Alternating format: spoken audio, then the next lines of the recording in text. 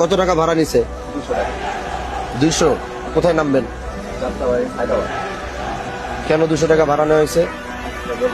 কে ভাড়ার 200 নিছে? কে? লোক কোথায়? ডাক দাও। এই 200 টাকা ভাড়া নিছে কে? এদিকে টাকা 200 টাকা। এখান থেকে পাঁচচর স্ট্যান্ড থেকে ঢাকা গুলিস্তান যাত্রাবাড়ি ভাড়া 200। কেটা কইছে আপনারা? কত ভাড়া? আমি তো জানি 200 টাকা। এখানে চান্দা দেন কত? 20 টাকা করে নাই? 20 টাকা।